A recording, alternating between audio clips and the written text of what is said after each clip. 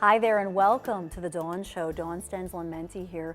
So February is Black History Month, as you know. It's a month to recognize and celebrate the contributions and the triumphs of African Americans across the United States of America. Also, we are continuing our inspirational series with a story of triumph. And that brings us to my first guest, Akira Waheed, and she's going to share her personal story. Hi, Akira. Hi, how are you? Good, thanks for being here. Thank you. So life is good for you now, Yes. and your journey is amazing. So tell me, first of all, you're getting ready for high school graduation Yes, that's in June. in June. Are you going to go to prom? Yeah, I don't know what to wear. It's kind of. I mean, so that sounds so typical. That sounds like the typical girl in her senior year of high school, but your story is anything but typical. Yeah. So take me back to your childhood. You were in Detroit? Yeah, I was living with my mom. My mom, she got sick. She had diabetes, and also she was trying to go to school and get her master's. And I was in my freshman year of high school. I was 14, and so I dropped out to take care of my little sisters that she had, so she can go to school, and she could get help from being sick and the diabetic and all that. And how many younger sisters and brothers do you have? Altogether, it's 8 of us. 8 of you. Yeah. So you were beginning freshman year in high school, and you were caring for 7 younger children. Well, the other ones were with their dad at the time, and Okay. then the 2 babies that she had then, that's when I was taking care of. Okay, so you were pulled out of school to help out, and Yeah. you missed that year of school. Yeah, I missed my freshman year. And so ultimately, your aunt and your grandmother, your mom's mom, intervened and felt like Yeah, it wasn't right for such a smart girl. To not be in school, so they paid for my plane ticket to come down there, and ever since then I've been there. So you went to a special school in Camden. Yeah, it's called Camelot. It's you do 2 years of high school, like your 9th and 10th grade in 1 year, so you graduate faster than what you're supposed to do. Like especially if you don't have any credits or if you got left back, it's a good option to go there. So you missed a full year of school, pulled out, Yeah. and you come to the Camelot School, which is a place where I guess dreams and second chances are Yeah. given to kids if you earn it. And how are your grades? I have straight A's. I've been having straight A's since I got there. So. And what do you think it has done for your life to be taken out of one situation and given this second chance at an education? Well, you learn from the experiences. You learn not to go through what you went through. You learn not to trust people as much as you think you should. Like even with your own mom, you couldn't really trust her with your life and your education. Like you would think a mother would have your back on all that, but selfishness was in that equation. So for you, I mean, it sounds like your mom was going through her own medical issues. She had babies. She had a lot going on, postpartum maybe.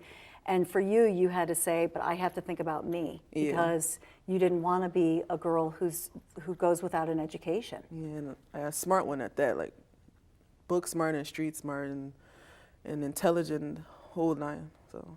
What would you say to kids who skip school a lot or don't want to go to school? I mean, you were somebody, you wanted to go to school. Yeah, I love school. And you love it, Yeah. and then you were actually prevented from going. What would you say to young people who don't want to go, who don't appreciate what an education does for you?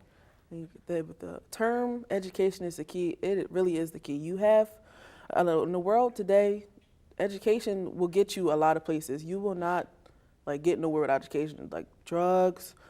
But your friends not going to take you to school. Your friends doing the same thing you're doing, and when they get older and they have a job and living on welfare and SSI and all them type, that's not going to get you anywhere. So you have to. School is the key. You have to go to school to get where you. If you want millions of dollars and a nice house, a nice car, you're not going to get anywhere with working at McDonald's or Burger King. That could be a job in school. Like you could go after school, you can have a little part-time job. If you want sneakers or your own perfume or your own bed set or something like that, your mom will have to get you all that. She can get you your needs, but you can get your wants. So for you, you are a straight A student, Yes. and you're going to this accelerated program, so you have pretty aggressive homework and studies, but you still have a part-time job in Yeah, retail. I work right after school. I get out of school at 3:20, then I go to work 5 o'clock, then I get home by 11:30. How do you do your homework? At work. Okay. So if I go on break, I do my homework, or if I'm in school, my teachers know that I have a job, so they know if I'm late with it. I'm usually never late with my stuff, but if I am, they'll like give me a little leisure and a couple days extra to give in my work. You know, the key, I think, to life and success and being healthy and all of that is discipline. Where did you get all this discipline, this self-discipline from, and this drive to make it despite all the odds against From you? my grandmother, she was 14. She had her own job. She got like kicked out of her own house, and like she got a good job. She like as older, she works for the board of education. She has 6 wonderful kids. She has her own house. That's my inspiration. One of my inspirations.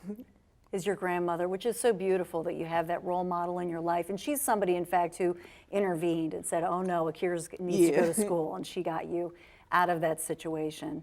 But also as a child, and I don't want to get into it too much, but you were an abuse victim, and that abuser went to jail for that. Yeah. I mean, what you have survived in your life, and the fact that you are so positive, a lot of people might say, how do you do that? How do you make that happen? You can't like get rid of the negative things. Sometimes you might think in the back of your head like, oh, I went through all this stuff. I just feel like crying my eyes out. But at the end of the day, that doesn't matter. It's the past. Like you can never forget what happened to you. You can never forgive it, but you have to move on.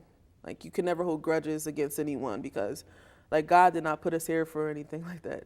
He put us here to be successful, to make something out of our life, not to go through struggle and anything. Even though you do go through that, but something always good happen. And look at me. Everything's happening. Everything is good now. Oh, it's all good, and you are such an inspiration. Akira, we're going to have somebody special in your life. You talked about role models, a role model in Akira's life, another inspirational person who's a friend of the Dawn Show when we come right back.